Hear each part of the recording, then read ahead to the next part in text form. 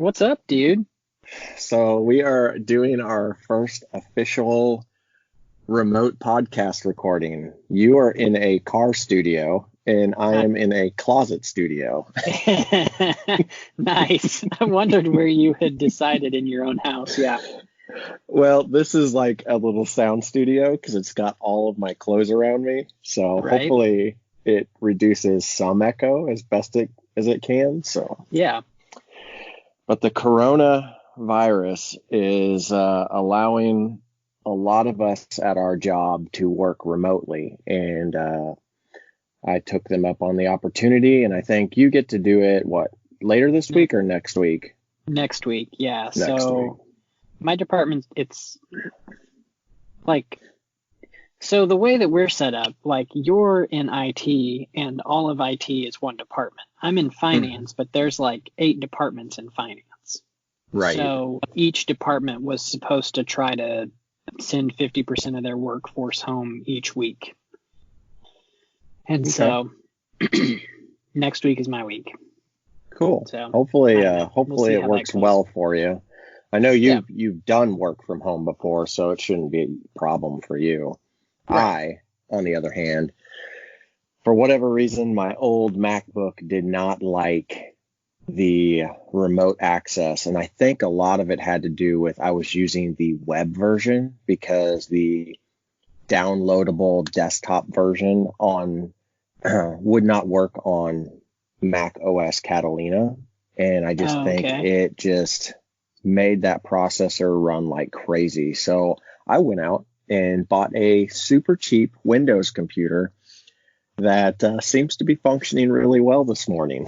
Oh, yeah. I, I am a I am a somewhat proud owner of a new cheap laptop. You're a PC now. I guess. I really didn't want to spend the $300 on this. I wanted it to go towards an iPad, but desperate times, desperate measures. I couldn't have gotten a better deal. $300 for a new computer that allows me to do my job at home. That's fine. And hey, if I can silver lining bright side it for a minute, Yeah, at least you had the money setting aside available. Like very true. this isn't exactly what it was for, but it was Yeah. for electronics. And you know what? It'll get good use. I mean, it's an extra computer in the house, so the kids will be able to use it. If we need another computer, if something ever did happen to the MacBook and I didn't want to spend $1,000+ on a new computer, Yeah. then I got this. So it's Yeah. all good. Yeah. But dude, my weekend was, of course, just like everybody else's. We stayed inside Yeah. and didn't really do much. I did go to the store once to pick up a few items that we needed, that we ran out of, that are kind of like staples in our household. But other than Yeah. that, I stayed home like the rest of the world and watched YouTube. And Yeah. my YouTube channel definitely saw a huge spike in viewership. So that was kind of exciting. Yeah. What about Yeah. your For weekend? same. So Saturday was nice. I got out and mowed. Um, Oh, mode, huh? yeah, second time this year. How about that? Second time. Oh man, Yeah, I'm crushing it. I'm jealous. Uh, Played with the kids outside a little bit, some of that sort of stuff. Yesterday it rained most of the day. We watched a lot of Hmm. movies. Thankful to Disney for putting Frozen 2 out because my kids seem to really enjoy it. Very cool. Um, but then last night, a couple weeks ago, I hurt my ankle pretty bad. Last night I went for a run about Oh, 7, did and it you? was it was still daylight out, which that was nice. Put the kids down and it was still daylight, so went for a run, a little 5K, under 30 minutes. Didn't Nice. really didn't really hear much from my ankle, so that was good. That was a win. I would say that's a success. Yeah. Very cool. Very, very cool.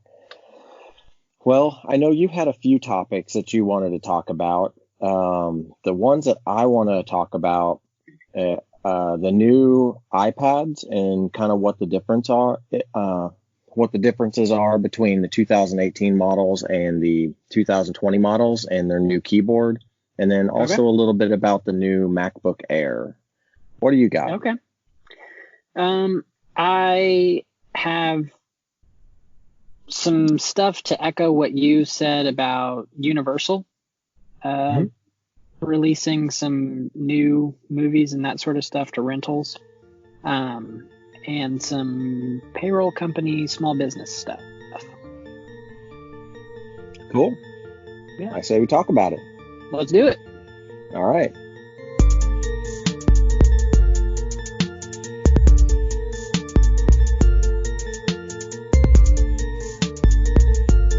Welcome back to Lunchtime Tech Talk. I'm Chad. And I'm Mike. So, do you want to talk about your topics first, or do you want to talk about my topics first? Sure. Yeah, mine are really short. So Amazon, I saw over the weekend, they're going to have Prime Video Cinema. And so they're going to do the same thing you were talking about with Universal, where they're going to release new releases and stuff that's still in theaters that you can stream for.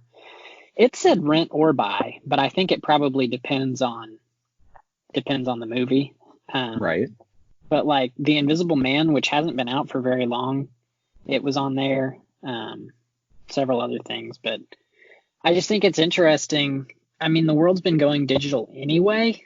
And the movie theaters have been trying to capitalize on people's changing interests and offering the different like movie club cards where you kind of have a subscription and you pay, however many dollars a month and you see as many movies as you want or whatever. But like, it's interesting seeing new releases, stuff that's still supposed to be in theaters, all of a sudden streamable from your living room. And I have a feeling, I mean, that's ultimately the way we're going.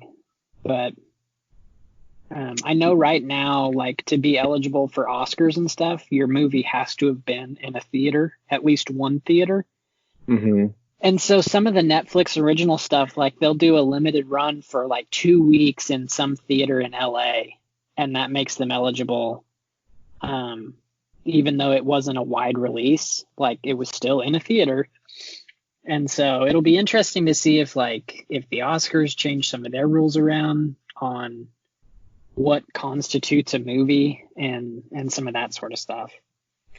Yeah, it's kind of crazy. I mean, it is neat as a consumer who doesn't really want to go to a theater and spend a lot of money to be able to actually see them sooner or at the time of a release in your own home. I mean, that's pretty cool to me. I know that there are some diehard fans that we work with that love going to the theater. It's the whole experience. And whether it be that they don't have a big screen TV or they don't have a surround sound or something like that, whatever's important to them, they want the theater. But I'm really liking the movie at home release type thing.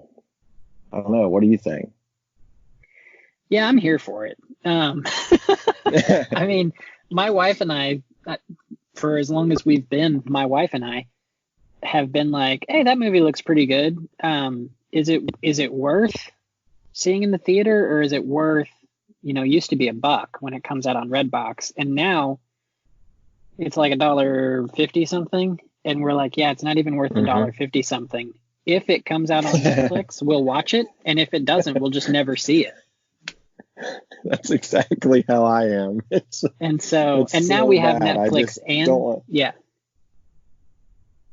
Now we have Netflix and Disney Plus. So it's like, okay, we've got 2 out of the 3, and we've got Amazon Prime. Like, we've got enough coverage. I mean, obviously the stuff that gets released to HBO and whatever, like we'll just never see those things. But in 10 or 12 years, they'll be available.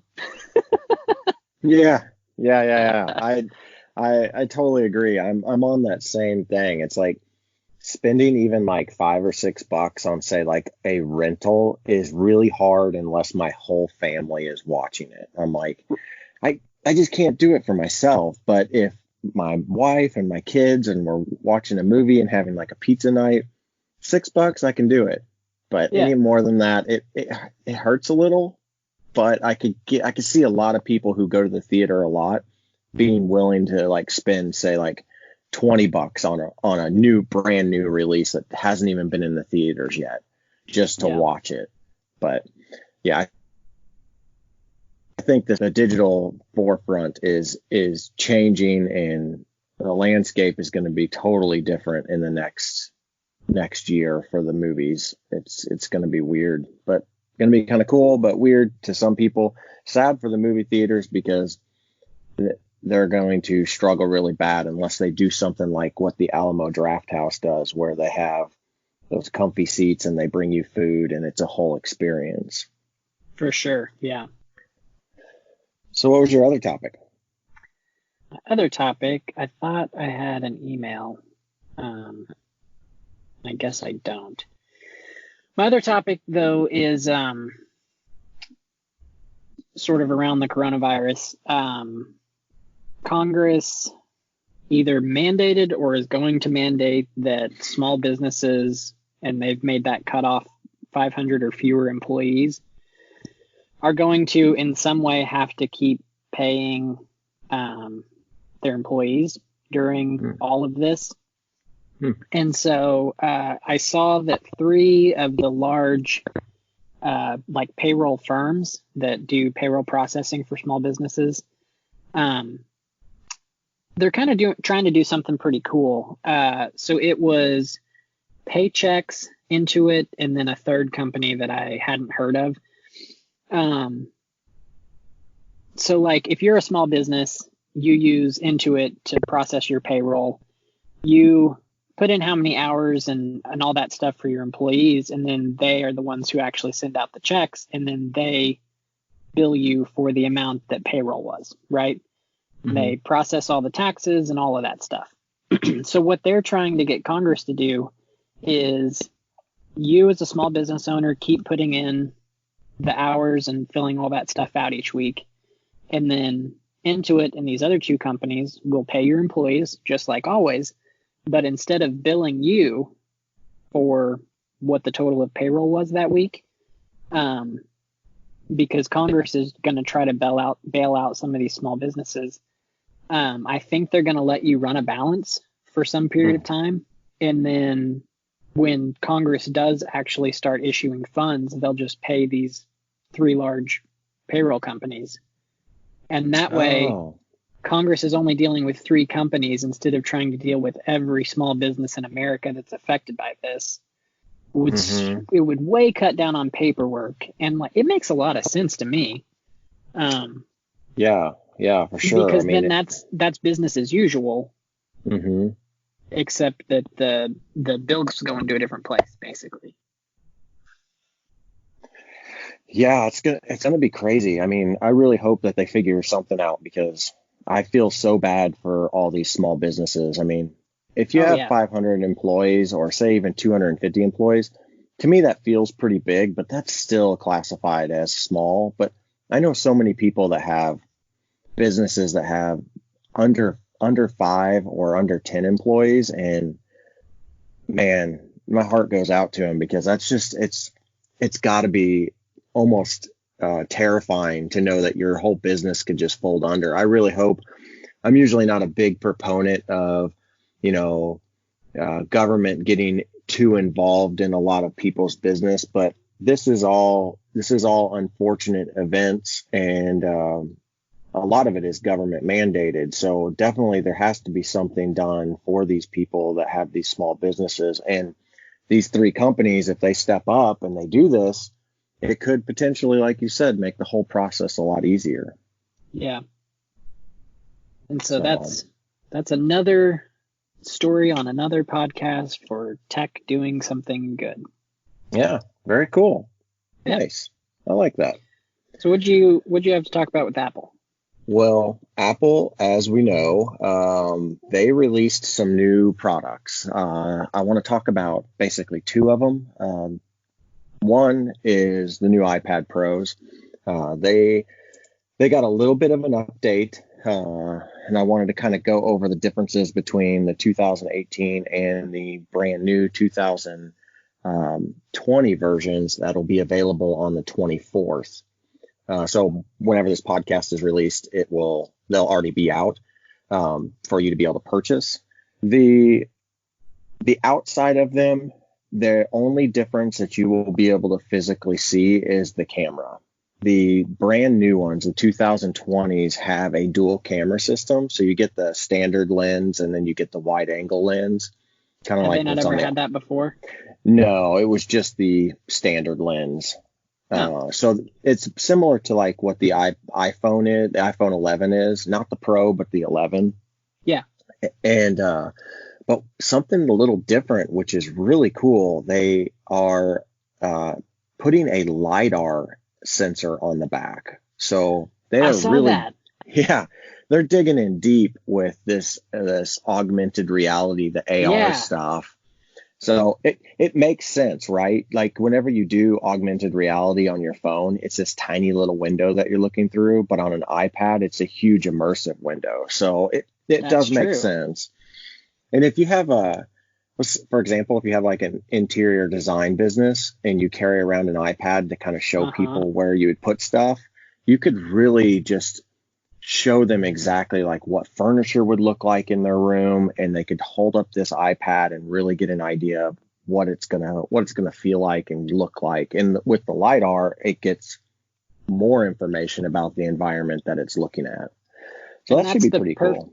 Yeah, and that's the perfect, for instance, because we've been looking for some kind of piece of furniture to use as a coffee bar in our kitchen. And Amazon has some augmented reality features, and so does what is that place, Wayfair.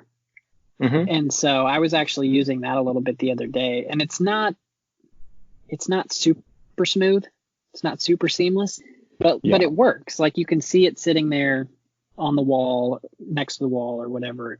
That stuff's pretty cool.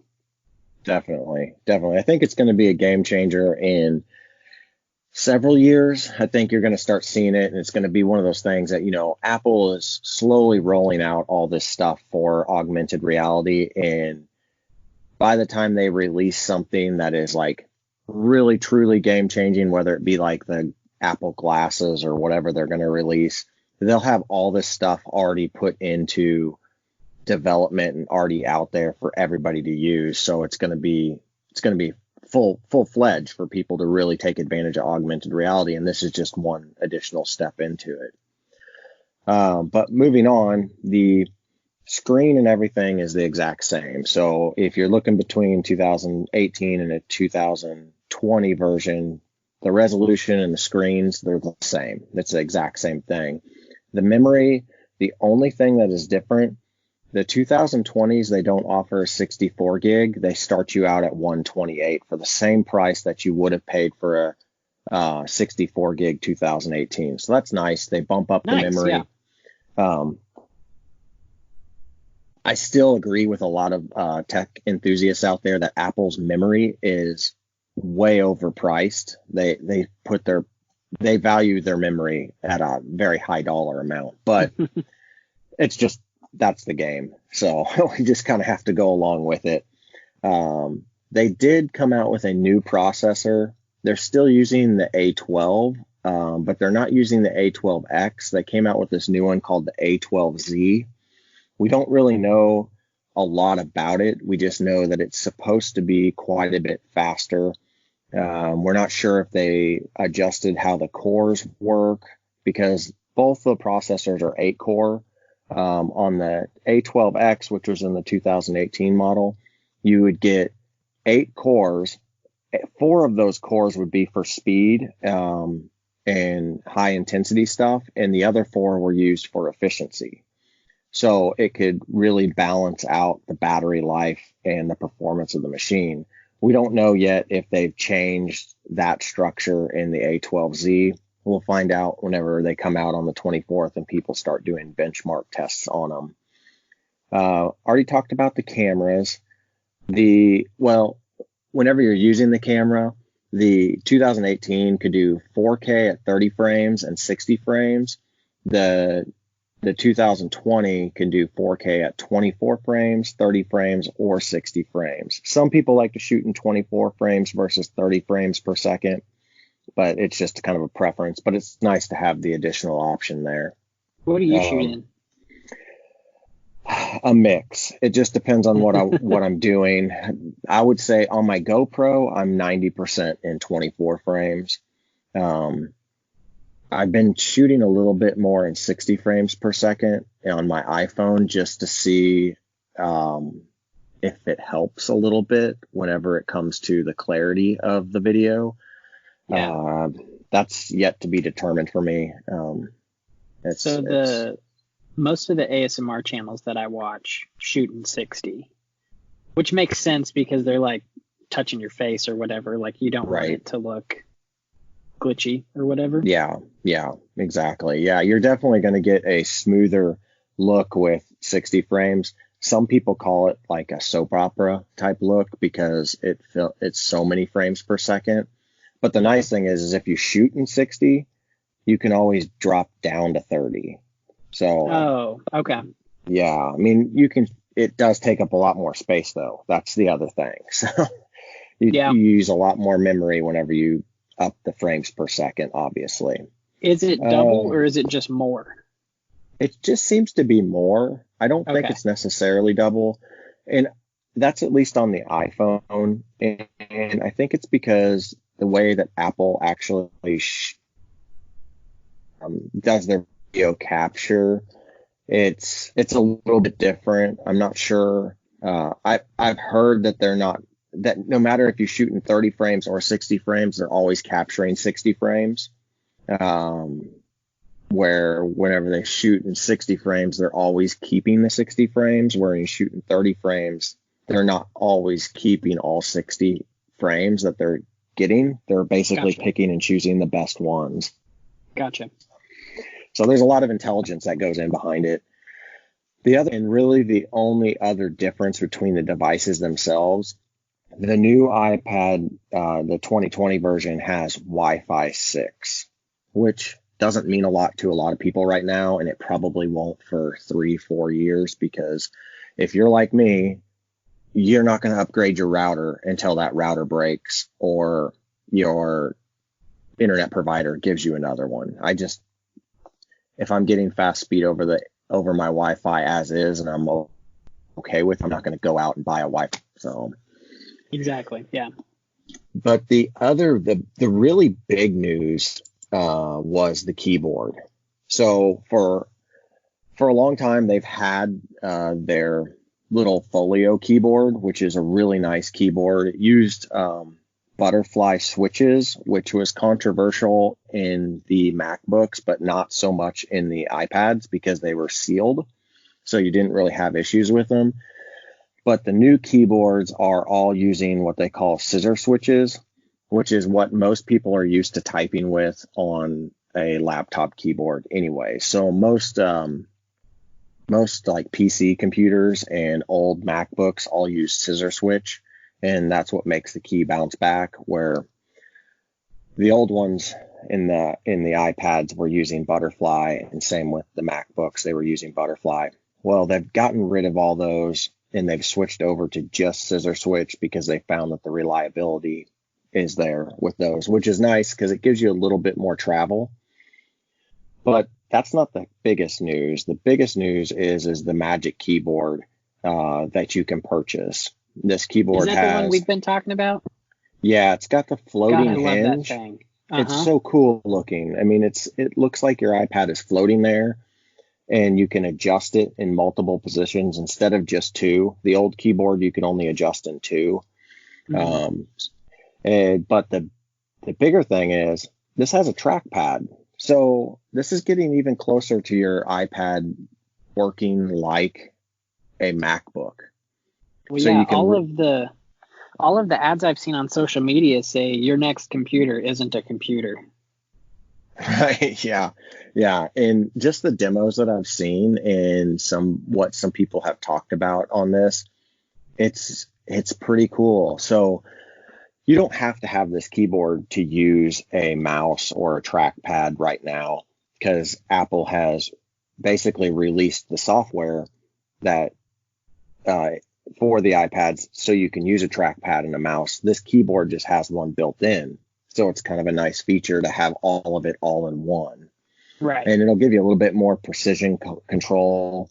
The iPad OS has some really cool snapping features, so if you hover over something, it'll change the cursor to the right thing, or it will snap to that whole around that whole entire icon.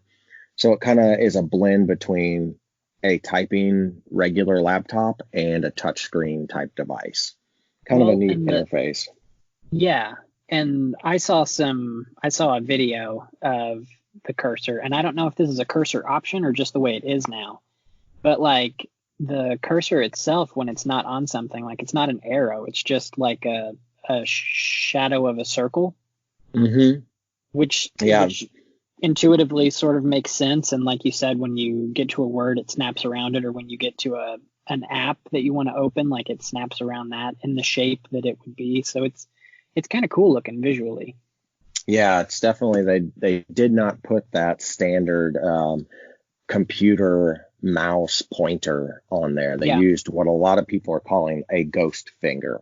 So basically it's like what your finger would look like, but translucent on it when it touches the screen. So it definitely, they kept that touch feel, but give you that more precision of being able to use a mouse, which is an awesome option. It made me think of, have you ever watched like a video, like a YouTube video of someone showing you how to do something on your phone? There's a way that you can record your screen, and you can record where you've tapped also. Yep. That's what it looks like. It's that circle showing what's going on. Yeah, definitely. So I think in the end, that'll feel pretty natural whenever somebody's using it. Like they won't, you won't look at it and be like, what is this? It'll just feel right for an iPad. Yeah. The other thing, these keys are backlit on the Magic Keyboard, which is pretty cool. On the Folio versions, they are not backlit. So if you use this in a dark room or on an airplane or wherever, it's a little bit easier to. The last thing on that keyboard is it's got a USB port. So now your iPad can have 2 USB-C ports on it instead of just one. So you can be charging it, and you can have some sort of dongle connected to it. So it just ups the usability for it all the way around. Now, the kicker on this is the price. Hold on. 11. Hold on. Yeah. Before we get to price. Yeah. So the things that I saw that I thought were cool, the iPad attaches to this keyboard magnetically. And when you're charging the keyboard and your iPad's attached, you can also be charging your iPad through, I'm guessing, Qi charging. Yeah, I think it's using, I'm not really sure how it's doing it, because where it's connecting, it doesn't look like the smart connector is touching anything, but I could be wrong. I could be wrong on that.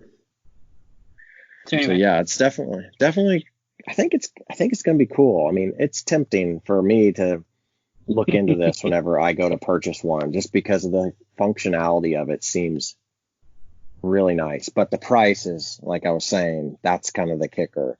For the 11-inch, it's $299. For the 12.9-inch, it's $349. So wait, so it hurts a little bit. You've got to buy the right keyboard to go with your. You can't pair up the 11-inch keyboard with your 12.9 iPad. No, because they don't physically fit.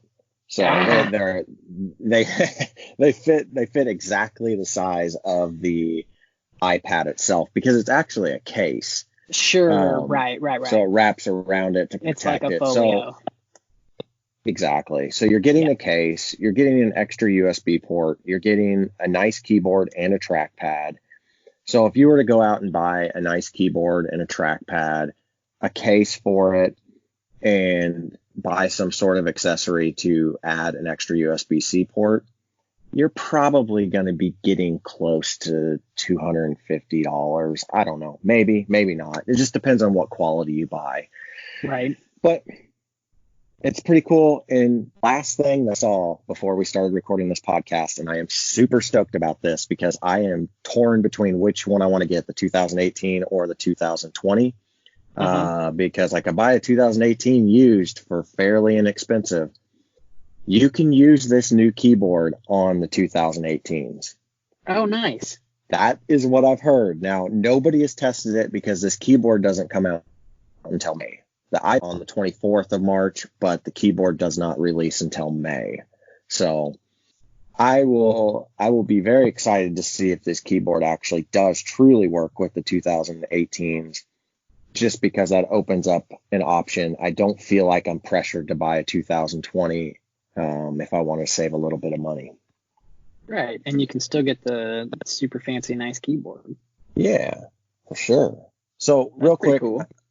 I know that we are kind of running, I think, a little bit long for our main topic area, but I wanted to let everybody know that the other thing that was kind of a big deal that they released was the new MacBook Air, right at $999 for their entry level, which is great for like college students or people who are just wanting to get a MacBook to get into the Apple ecosystem.